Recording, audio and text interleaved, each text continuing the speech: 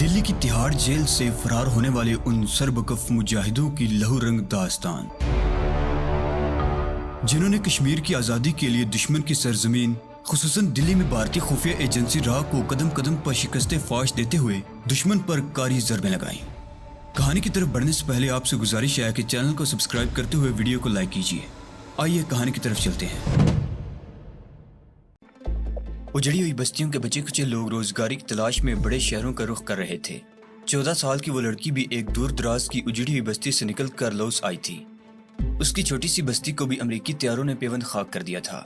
صرف چند افراد بچے تھے جو جنگل میں پناہ لیے ہوئے تھے اور درختوں کے پتے اور جڑیں کھا کر زندگی کا بوجھ سنبھالے ہوئے تھے۔ ان میں مائع کے بوڑھے ماں باپ بھی تھے جو زندگی کے آخری لمحات کے انتظار میں جنگل میں پناہ لیے ہوئے تھے۔ مائع جوانی کی دہلیز پر قدم رکھ چکی تھی۔ پچھلے 2-3 برسوں میں اس کے جسم میں رونما ہونے والی تبدیلیاں اب نمایاں ہو چکی تھیں۔ اسے اپنے جسم کی ان تبدیلیوں پر بڑا ناز تھا۔ 14 سال کی عمر بڑی باوری ہوتی ہے۔ مائع کو اپنے حسن و شباب کا پوری طرح احساس تھا۔ مائع اب اس اجڑی ہوئی بستی میں نہیں رہنا چاہتی تھی۔ وہ بھوک پیاس سے ایڑیاں رگڑ رگڑ کر نہیں رہنا چاہتی تھی۔ وہ بعض ایسی لڑکیوں کو بھی جانتی تھی جو جب گاؤں میں تھی تو انہیں کئی روز فاقے کرنے پڑتے تھے، درختوں کے پتے کھانے پڑتے تھے، لیکن جب وہ شہر چلی گئی تو انہیں فاقوں سے نجات مل گئی۔ وہ پیٹ بھر کر اچھا کھانا کھاتی اور اچھا لباس پہنتی، اور مائع کو یقین تھا کہ شہر جا کر اسے بھی نہ صرف فاقوں سے نجات مل جائے گی بلکہ پہننے کو اچھے کپڑے بھی مل جائیں گے۔ اس نے سوچا کہ شہر جا کر جب اس کے حالات بدلیں گے تو وہ بوڑھے ماں باپ کو بھی اپنے پاس بلا لے گی۔ یہی سوچ کر ایک روز وہ اپنے گھر سے نکل کھڑی ہوئی۔ جب ان کی بستی آباد تھی تو وہ چھوٹی سی ڈسپینسری میں نرسنگ کا کام سیکھا کرتی تھی۔ یہ تجربہ لاؤس میں اس کے کام آیا۔ ہسپتال میں یوں بھی نرسوں کی کمی تھی۔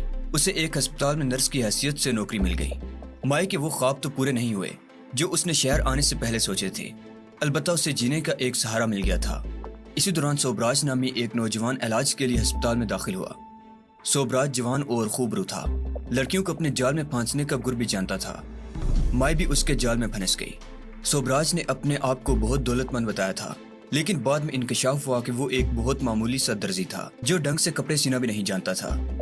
سوبراج جی نے مائع کی زندگی کو نئی لذتوں سے روشناس کرایا، لیکن لذتوں کے سوا مائع کو سوبراج سے اور کچھ نہ مل سکا۔ سوبراج نے اپنا کام دھندا چھوڑ دیا تھا۔ وہ 24 گھنٹے شراب میں دھت رہتا، مائع کی ساری تنخواہ شراب میں اڑا دیتا۔ مائع کو گھر کا خرچ پورا کرنے کے لیے ہسپتال میں اوور ٹائم لگانے کے علاوہ محنت مزدوری اور لوگوں کے گھروں میں کام کرنا پڑتا۔ اس کے سارے خواب چکنا چور ہو گئے تھے۔ مائع کو بہت جلد احساس ہوا کہ وہ ماں بننے والی ہے۔ وہ اپنے پیٹ میں ایک اور زندگی کا بوجھ اٹھائے ہوئے تھی اور گزرنے والے ہر دن کے ساتھ یہ بوجھ بڑھ رہا تھا، مگر سوبراج کو اس کی قطعی پرواہ نہیں تھی۔ اب اس نے مائع کو مارنا پیٹنا بھی شروع کر دیا تھا۔ وہ شراب کے لیے مائع سے پیسے مانگتا، اور جب مائع انکار کر دیتی تو سوبراج اسے دنک کر رکھ دیتا۔ مائع کو بہت جلد یہ احساس ہو گیا کہ وہ سوبراج کی بیوی نہیں، اس کی حیثیت صرف ایک داشتہ کی ہے۔ مائع کے ہاں جب بیٹا پیدا ہوا تو مائع نے اس کا نام چارلس سوبراج رکھا۔ سوبراج نے صاف انکار کر دیا کہ وہ اس کے بچے کا باپ نہیں ہے۔ بچہ باپ کی شفقت سے محروم ماں کی آغوش میں پلتا رہا۔ وہ جب ذرا بڑا ہوا تو اس نے ماں کے علاوہ جس شخص کو اپنے قریب دیکھا وہ سوبراج تھا۔ وہ سوبراج کی طرف لپکتا، مگر سوبراج نفرت سے اسے پیچھے ہٹا دیتا۔ سوبراج نے ایک روز مائع کو صاف طور پر کہہ دیا کہ نہ تو وہ اس کی بیوی ہے اور نہ ہی وہ اس کے بچے کا باپ ہے۔ چارلس جب 6 سال کا تھا تو مائع نے ایک فرانسیسی فوجی افیسر سے شادی کر لی۔ اس فرانسیسی افیسر نے مائع کی جوانی کو سینے سے لگا لیا، لیکن اس کے بچے کو اپنانے سے انکار کر دیا۔ چارلس سوبراج اب ماں کی ممتا سے بھی محروم ہو گیا۔ باپ کی شفقت سے تو وہ شروع ہی سے محروم تھا، اب ماں کی ممتا بھی دستے کش ہو رہی تھی۔ اسے محبت کی تلاش تھی۔ وہ باپ کی طرف دوڑتا تو اسے بڑی سختی سے ٹھکرا دیا جاتا، ماں کی طرف لپکتا تو دوسرے شوہر کے خوف سے وہ بھی پیچھے ہٹ جاتی۔ فرانسیسی فوجی افیسر کا تبادلہ ہو گیا اور وہ مائع کو ساتھ لے کر فرانس چلا گیا۔ ننھا چارلس اس روز بلک بلک کر رویا۔ وہ دوڑا دوڑا سوبراج کے پاس پہنچ گیا۔ اس کا خیال تھا کہ اس کی محرومی کا احساس کرتے ہوئے باپ اسے سینے سے لگا لے گا، لیکن سوبراج ایک بنیے کی اولاد تھا۔ اس نے گاٹے کا سودا کرنا سیکھا ہی نہیں تھا۔ اس نے ایک بار پھر سوبراج کو اپنی اولاد تسلیم کرنے سے انکار کرتے ہوئے ٹھکرا دیا۔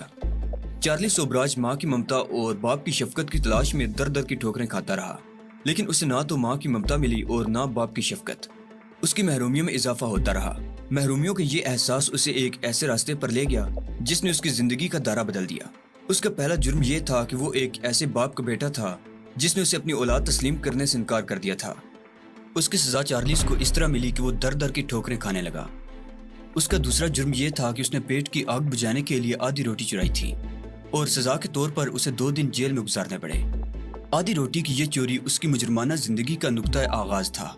محرومیوں کا احساس اسے اس وادی خارزار میں آگے اور آگے لیتا چلا گیا۔ سینے کی گہرائیوں میں چھپا ہوا انتقام کا جذبہ آہستہ آہستہ ابھر کر سامنے آ رہا تھا۔ اسے انسانوں سے نفرت ہو گئی تھی۔ وہ اپنے حیوانی جذبات کی تسکین کے لیے انسانی زندگیوں سے کھیلنے لگا۔ انسانوں کو بے دردی سے موت کے گھاٹ اتار کر اسے روحانی تسکین سے ملتی۔ وہ محبت کی تلاش میں دنیا بھر کے ممالک کی خاک چھانتا پھرا۔ اسے کہیں محبت نہ ملی۔ جب وہ کسی ملک میں داخل ہونے کے بعد وہاں سے رخصت ہوتا تو اپنے پیچھے سسکیوں آہوں کی لاتعداد داستانیں چھوڑ جاتا۔ اس ملک کی پولیس اس کی تلاش میں پاگلوں کی طرح دوڑ بھاگ شروع کر دیتی، لیکن وہ بڑی چالاکی اور ہوشیاری سے اپنے نقش قدم تک مٹا ڈالتا اور پولیس اندھیرے میں ٹامک ٹوئیاں مارتی رہ جاتی۔ چارلی سوبراج نے قتل اور لوٹ مار کی زیادہ وارداتیں تھائی لینڈ میں کی تھی۔ وہاں کی حکومت کو سب سے زیادہ مطلوب آدمی تھا، لیکن وہ بڑی ہوشیاری سے اپنے نقش قدم مٹا کر بھارت پہنچ گیا۔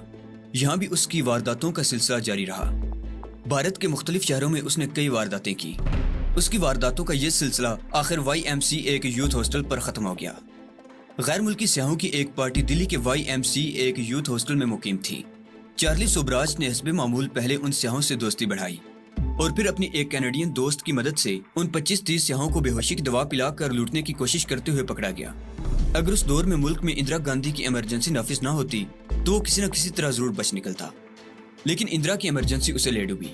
بھارت کی حدود میں چارلی سوبراج پر قتل کا کوئی الزام ثابت نہ ہو سکا تھا، لیکن اسے جعل سازی، دھوکہ دہی اور ایسے ہی دیگر جرائم کے الزام میں چند سال کی سزا سنائی گئی اور اسے تہاڑ جیل پہنچا دیا گیا۔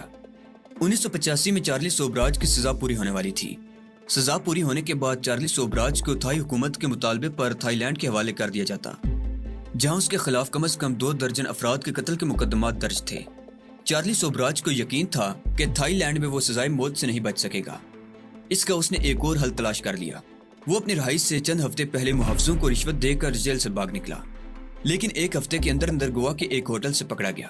وہ جان بوجھ کر گرفتار ہوا تھا کیونکہ وہ ہندوستان سے باہر نہیں جانا چاہتا تھا۔ جیل سے فرار کے جرم میں اس پر مقدمہ چلا اور ایک بار پھر چند سال کے لیے تہاڑ جیل پہنچا دیا گیا۔ چارلی سوبراج کی عمر 55 کے لگ بھگ رہی ہوگی۔ وہ زندگی کا باقی حصہ بھی تہاڑ جیل میں گزار دینا چاہتا تھا، کیونکہ وہ اس خوفناک حقیقت سے پوری طرح واقف تھا کہ یہاں اس کی سزا پوری ہوتے ہی اسے تھائی حکومت کے حوالے کر دیا جائے گا، جہاں اسے پھانسی کے پھندے پر لٹکا دیا جائے گا۔ تھائی لینڈ میں موت کی سزا سے بچنے کے لیے وہ تہاڑ جیل میں وقتاً فوقتاً اپنی سزا میں اضافہ کرتا رہتا تھا۔ جب بھی اس کی سزا پوری ہونے والی ہوتی، وہ یا تو فرار ہونے کی کوشش کرتا یا جیل میں کوئی نہ کوئی ہنگامہ کھڑا کر دیتا جس پر اس کی سزا میں اضافہ کر دیا جاتا۔ اپنی سزا میں اضافہ کرنے والی حرکتوں سے قطع نظر چارلی سوبراج تہاڑ جیل کا سب سے شریف، نستعلیق اور بے ضرر قیدی تھا۔ اس کے علاوہ وہ جیل میں بڑے ٹھاٹھ باٹ کی زندگی گزار رہا تھا۔ بعض لوگوں کا خیال تھا کہ چارلی سوبراج پر اسرار قوتوں کا مالک ہے یا جیل سے باہر اس کے رابطے قائم ہیں جو اس کی مدد کر رہے ہیں۔ تہاڑ جیل میں قیدیوں کو عام طور پر ایسی خوراک دی جاتی جسے جانور بھی منہ لگانا پسند نہ کرتے، لیکن چارلی سوبراج ہمیشہ بڑھیا کھانے کھاتا۔ 2-4 قیدی ہر وقت اس کی خدمت پر مامور رہتے۔ جیل کے محافظ بھی اس کے سامنے ہاتھ باندھ کر کھڑے ہوتے۔ چارلی سوبراج کو کچھ ایسی چیزیں بھی فراہم کی گئی تھی جنہیں عیاشی کے زمرے میں شامل کیا جا سکتا تھا۔ اس کی کوٹڑی میں ایک چھوٹا سا رنگین ٹیلی ویژن اور VCP بھی موجود تھا، جس پر وہ بھارتی اور انگلش فلمیں دیکھا کرتا۔ وہ اکثر اپنا کھانا خود پکاتا تھا۔ تیل کے چولہے کے علاوہ اس کے پاس چند برتن بھی موجود تھے۔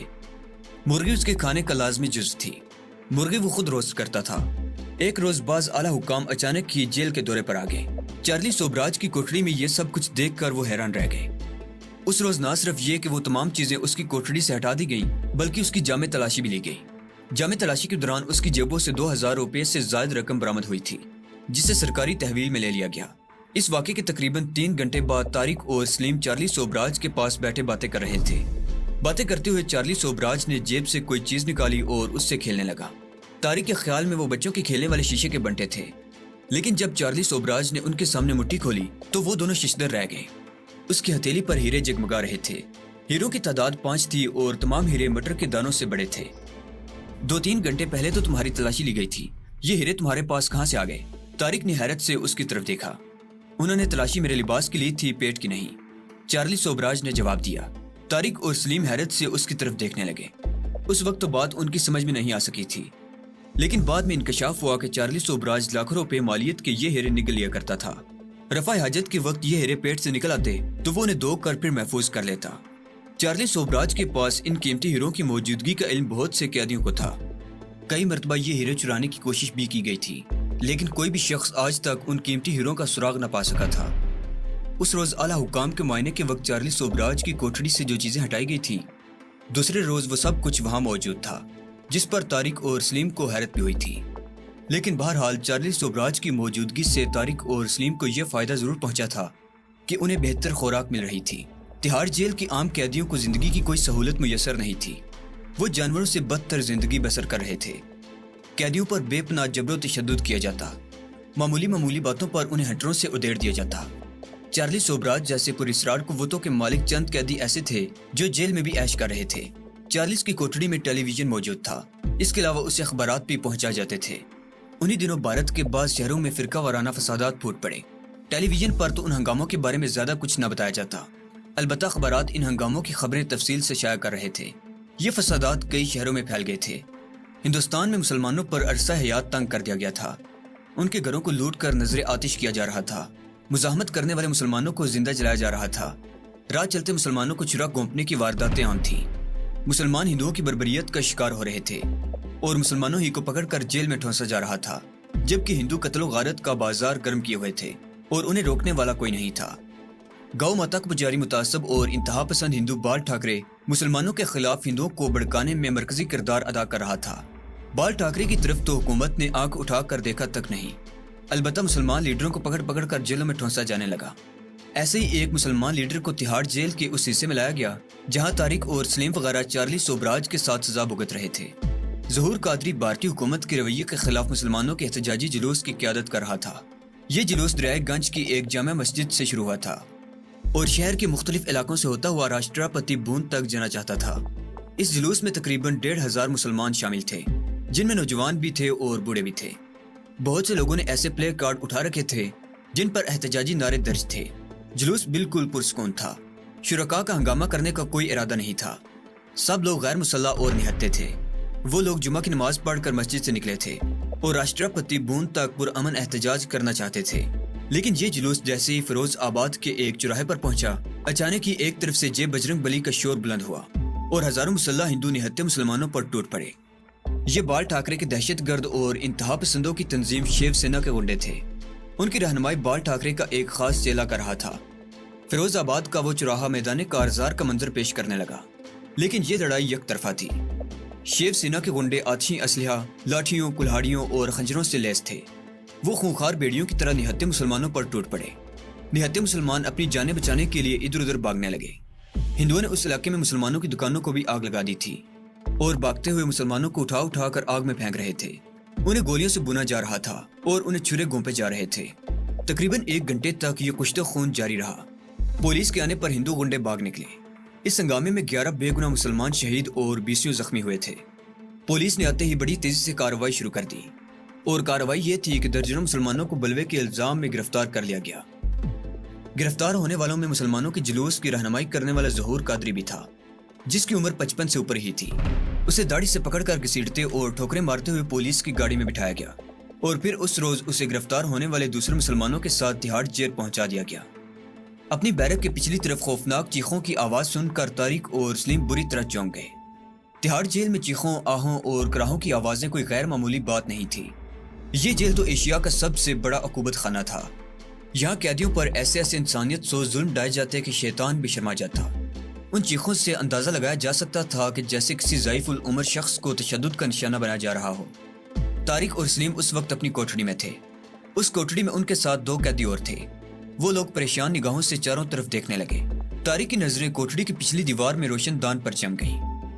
یہ روشن دان تقریباً 1 فٹ چوڑا اور 1.5 فٹ لمبا تھا۔ فرش سے اس کی بلندی تقریباً 10 فٹ تھی۔ اس روشن دان سے گزرنا اگرچہ ممکن نہیں تھا، لیکن اس کے باوجود اس میں موٹی آہنی سلاخیں لگی ہوئی تھی۔ چیخوں کی آوازیں اسی روشن دان سے آ رہی تھی۔ دیکھنا چاہتے ہو؟ آؤ، ایک قیدی نے کہا اور روشن دان کے نیچے دیوار کے قریب بیٹھ گیا۔ طارق اس کے کندھوں پر پیر رکھ کر کھڑا ہو گیا۔ قیدی آہستہ آہستہ اٹھنے لگا۔ قیدی کے کندھوں پر کھڑے ہو کر طارق روشن دان کے قریب ہو گیا۔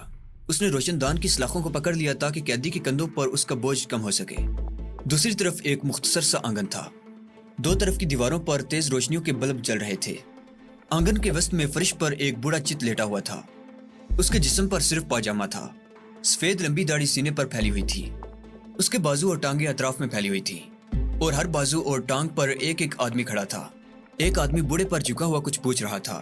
آواز سنائی نہیں دے رہی تھی لیکن بوڑھے نے زور زور سے نفی میں سر ہلا دیا. وہ آدمی بوڑھے کی داڑھی پکڑ کر زور زور سے جھٹکے دینے لگا. بوڑھے کے منہ سے چیخیں نکل گئیں. اس شخص نے داڑھی کو زوردار جھٹکا دے کر چھوڑ دیا اور اپنے قریب کھڑے ہوئے ایک اور آدمی سے کچھ کہا. وہ دوسرا شخص دیوار کی دوسری طرف چلا گیا جہاں ایک سوئچ بورڈ لگا ہوا تھا. قریبی فرش پر بجلی کی تار کا ایک بہت بڑا گچھا پڑا ہوا تھا. اس شخص نے پلگ ساکٹ میں لگا دیا اور سوئچ آن کر کے تار کو دوسرے سرے سے پکڑ کر بوڑھے کے قریب آ گیا. پہلے شخص نے بوڑھے سے ایک بار پھر کچھ پوچھا. بوڑھے نے اس مرتبہ بھی نفی میں سر ہلا دیا. اس شخص کا اشارہ پا کر بوڑھے کی ٹانگوں پر کھڑے ہوئے دونوں آدمی اتر آئے اور انہوں نے بوڑھے کا پاجامہ پکڑ کر کھینچ لیا. اب بوڑھا بالکل برہنہ ہو چکا تھا. دونوں آدمی پھر اس کی ٹانگوں پر کھڑے ہو گئے. بوڑھے کے بازوؤں اور ٹانگوں پر کھڑے ہوئے چاروں آدمیوں کے پیروں میں ربر سول کے جوتے تھے. اس شخص نے تار کا ننگا سرا قریب پڑی ہوئی ہتھوڑی سے لگایا. چنگاریاں پھوٹ پڑی. اس کے کچھ پوچھنے پر بوڑھے نے ایک بار پھر سر ہلا دیا. اس شخص نے بجلی کی تار کا ننگا سرا بوڑھے کے برہنہ جسم کے نازک ترین حصے سے لگا دیا. بوڑھے کے منہ سے خوفناک فلک شگاف چیخ نکل گئی. وہ اس طرح تڑپا کہ اس کے جسم پر کھڑے ہوئے چاروں آدمی لڑک گئے. بوڑھا پختہ فرش پر ماہی بے آب کی طرح تڑپ رہا تھا. اس کی چیخوں سے شاید آسمان بھی کانپ اٹھا ہو لیکن ان درندوں پر کوئی اثر نہیں ہوا. طارق نیچے اتر آیا. ایک بوڑھے پر بربریت کا یہ مظاہرہ دیکھ کر اس کی روح تک کانپ اٹھی تھی. بوڑھے کی چیخیں اس کے بعد بھی دیر تک گونجتی رہیں. اس رات طارق کو ڈھنگ سے نیند بھی نہ آ سکی. جب بھی اس کی آنکھ کھلتی اس کے ذہن میں بوڑھے کی چیخیں گونجنے لگتی اور وہ ہڑبڑا کر اٹھ جاتا. دوسرے دن طارق پر یہ انکشاف ہوا کہ وہ بوڑھا ظہور قادری تھا جس نے مسلمانوں کے پرامن جلوس کی قیادت کی تھی. طارق جب چارلی سوبراج کی کوٹڑی میں داخل ہوا تو وہ دیوار سے ٹیک لگائے بیٹھا اخبار پڑھ رہا تھا. اس کے قریب ہی انگریزی کا ایک اور اخبار بھی رکھا تھا جسے طارق نے اٹھا لیا. پہلے صفحے پر نظر پڑتے ہی وہ اچھل پڑا. اس کے لیے دو خبریں قابل توجہ تھیں. پہلی خبر ظہور قادری کے متعلق تھی جس میں بتایا گیا تھا کہ گزشتہ روز مسلمانوں کے پرتشدد جلوس کی قیادت کرنے والے ظہور قادری کو پولیس نے ہنگامے، بلوے، قتل، لوٹ مار اور توڑ پھوڑ کے الزام میں گرفتار کر لیا تھا لیکن وہ گزشتہ رات پولیس کی حراست سے فرار ہو گیا. پولیس نے اسے مفرور قرار دے دیا تھا. اس خبر کے آخر میں سٹاپ پریس کے حوالے سے 2 سطروں کا اضافہ کیا گیا تھا کہ ظہور قادری کی لاش فیروز آباد کے ایک گندے نالے میں پڑی ہوئی ملی تھی. لاش پر تشدد کے نشانات تھے اور پولیس نے شبہ ظاہر کیا تھا کہ قیادت کے مسئلے پر اختلافات کی بنا پر ظہور قادری کے ساتھیوں نے اسے قتل کر کے لاش گندے نالے میں پھینک دی تھی. طارق کی رگوں میں خون کھول اٹھا. بوڑھے ظہور قادری کو اس کے سامنے تشدد کا نشانہ بنایا گیا تھا اور عوام کو گمراہ کرنے کے لیے پولیس نے اس کے بارے میں ایک من گڑت کہانی اخبار میں چھپوا دی تھی. دوسری خبر کشمیر سے متعلق تھی. اخباری اطلاع کے مطابق کشمیر میں مجاہدین کی سرگرمیوں میں ایک بار پھر تیزی آ گئی تھی. سری نگر اور آس پاس کے علاقوں میں بھارتی فوج اور کشمیر مجاہدین میں چھوٹی چھوٹی جھڑپیں روز کا معمول بن چکی تھیں. کشمیر مجاہدین کی سرگرمیوں پر قابو پانے کے لیے بھارتی حکومت نے مزید فوج کشمیر بھیجنے کا فیصلہ کیا تھا. طارق کے لہو کی گردش تیز ہو گئی. اس کے دوست بھارتی قاسموں کے خلاف جہاد میں مصروف تھے اور وہ 3 سال سے جیل میں بند تھا. اس عرصے میں نہ تو اس پر کسی قسم کا مقدمہ چلایا گیا تھا اور نہ ہی کبھی عدالت میں پیش کیا گیا تھا. گرفتاری کے بعد کچھ عرصے تک ان سے پوچھ گچھ ہوتی رہی اور پھر گویا انہیں بالکل ہی بلا دیا گیا تھا. لیکن بھارتی انٹیلیجنس اسے اور سلیم کو نہیں بھولی تھی. اس روز اخبار کی وہ خبر چونکا دینے والی تھی کہ کشمیری مجاہدین نے سری نگر میں ایک مسلمان وزیر کی بیٹی کو اغوا کر لیا تھا. یہ پہلا موقع تھا کہ کشمیری مجاہدین نے کسی بڑی شخصیت پر ہاتھ ڈالا تھا. وزیر کی بیٹی رابعہ ڈاکٹر تھی. کشمیری مجاہدین اسے یرغمال بنا کر بھارتی حکومت سے اپنے کچھ مطالبات منوانا چاہتے تھے. ڈاکٹر رابعہ کے اغوا سے ایک بھونچال سا آ گیا. سری نگر اور اس کے گرد و نواح میں بھارتی فوج اور پولیس کی سرگرمیاں تیز ہو گئیں. گھروں کی تلاشی کے بہانے لوٹ مار کا بازار گرم ہو گیا. کشمیری مسلمانوں کی طرف سے مزاحمت پر ان کے گھروں اور دیگر املاک کو آگ لگا دی جاتی. ان پر گولیوں کی بارش کر دی جاتی. ڈاکٹر رابعہ کی بازیابی کے لیے بھارتی فوج اور پولیس نے کشمیری مسلمانوں پر جو مظالم ڈھائے وہ بربریت اور جبر کی ایک نئی داستان رقم کر رہے تھے. سینکڑوں بے گناہوں کو جیلوں میں ٹھونس دیا گیا اور درجنوں کو گولیوں سے چھلنی کر دیا گیا لیکن ڈاکٹر رابعہ کا سراغ نہ مل سکا. ڈاکٹر رابعہ کو لبریشن فرنٹ نے اغوا کیا تھا اور فرنٹ ہی نے بھارتی حکومت کو اپنے مطالبات پیش کیے تھے. ان مطالبات میں سری نگر سے چند مجاہدین کی رہائی بھی شامل تھی لیکن بھارتی حکومت نے لبریشن فرنٹ کا کوئی بھی مطالبہ ماننے سے انکار کر دیا اور مجاہدین کے ساتھ سختی سے نمٹنے کی دھمکی دی. اگر کسی ہندو وزیر کی بیٹی کو اغوا کیا جاتا تو پورے ہندوستان میں بھونچال آ گیا ہوتا مگر وہ ایک مسلمان وزیر کی بیٹی تھی. ہندوؤں کو ایک مسلمان اور اس کی بیٹی سے کیا ہمدردی ہو سکتی تھی. نئی دلی کے بعض ہندو وزراء نے سری نگر کے مسلمان وزیر سے زبانی طور پر ہمدردی کا اظہار تو کیا مگر عملی طور پر کچھ نہیں کر سکے۔ البتہ وہ کشمیری مجاہدین کو خوفناک نتائج بھگتنے کی دھمکیاں ضرور دیتے رہے۔ طارق اور سلیم کا یہ خیال غلط ثابت ہوا کہ بھارتی انٹیلیجنس انہیں فراموش کر چکی تھی۔ جس روز مسلمان وزیر کی بیٹی کے اغوا کی خبر شائع ہوئی، اس سے اگلے روز انٹیلیجنس کے 2 آفیسر تہاڑ جیل پہنچ گئے اور 2 محافظ طارق کو پکڑ کر ایسے کمرے میں لے گئے جہاں قیدیوں کو تشدد کا نشانہ بنایا جاتا تھا۔ اس کمرے میں اذیت رسانی کے ایسے آلات سجے ہوئے تھے کہ انہیں دیکھ کر ہی روح فنا ہو جاتی تھی۔ اس کمرے میں انٹیلیجنس کے 2 آدمیوں کے علاوہ ایک اور آدمی بھی تھا جسے دیکھ کر طارق چونکے بغیر نہ رہ سکا تھا۔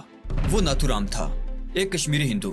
اس کا گرچہ سیاست سے کوئی تعلق نہیں تھا، لیکن مقبوضہ کشمیر کی سیاست میں وہ ایک اہم کردار ادا کر رہا تھا۔ بے پناہ دولت کا مالک تھا۔ سری نگر اور مقبوضہ کشمیر میں جنونی اور انتہا پسند ہندوؤں کی کئی تنظیموں کی پشت پناہی کر رہا تھا۔ وہ ان تنظیموں کی مالی امداد کے علاوہ ہر قسم کا اسلحہ بھی فراہم کرتا۔ ناتھو رام ایک موقع پر مسلمان مجاہدین کے ہاتھ لگ گیا تھا، لیکن نہ جانے کس طرح دھوکہ دے کر بھاگ نکلنے میں کامیاب ہو گیا۔ مسٹر طارق، انٹیلیجنس کے ایک آفیسر نے اس کے چہرے پر نظریں جماتے ہوئے کہا، کل پٹھان کوٹ سے حمید نامی ایک آدمی پکڑا گیا ہے جس سے کچھ اہم قسم کی دستاویزات برآمد ہوئی ہیں۔ حمید نے اعتراف کیا کہ وہ اپنے 2 ساتھیوں کے ساتھ ایک اہم مشن پر دلی جا رہا تھا۔ اس کے دونوں ساتھی فرار ہونے میں کامیاب ہو گئے، لیکن حمید نے یہ دلچسپ انکشاف بھی کیا ہے کہ 3 سال پہلے طارق اور سلیم 2 آدمیوں کو اس مشن پر بھیجا گیا تھا جو پکڑے گئے تھے۔ ہمارے آدمی تم سے اس سلسلے میں پوچھ گچھ کرتے رہے، لیکن پھر یہ سوچ کر چھوڑ دیا کہ شاید تم لوگ واقعی بے گناہ ہو اور کسی مشن کے بارے میں کچھ نہیں جانتے۔ اب ہم جانتے ہیں کہ وہ مشن کیا ہے جس کے لیے ابھی تک تربیت یافتہ ایجنٹوں کو بھیجا جا رہا ہے۔ کسی مشن کے بارے میں نہ پہلے کچھ جانتا تھا اور نہ اب جانتا ہوں، لیکن تم لوگ حمید نامی اس شخص سے کیوں نہیں پوچھ لیتے جس نے یہ دلچسپ انکشافات کیے ہیں؟ طارق نے جواب دیا، اگر حمید زندہ ہوتا تو ضرور پوچھ لیتے۔ انٹیلیجنس آفیسر نے جواب دیا، اس نے کل رات خودکشی کر لی ہے۔ اس کی خودکشی سے یہ ثابت ہوتا ہے کہ واقعی کوئی اہم مشن ہے۔ ہم اس مشن کی تفصیلات جاننا چاہتے ہیں اور یہ کہ یہاں تمہارے کون کون سے ساتھی موجود ہیں۔ ہمیں ان سب کے نام اور پتے معلوم ہونے چاہیے۔ میں کسی مشن کے بارے میں نہیں جانتا، میں تو اپنے دوست کے ساتھ روزگار کی تلاش میں یہاں آیا تھا۔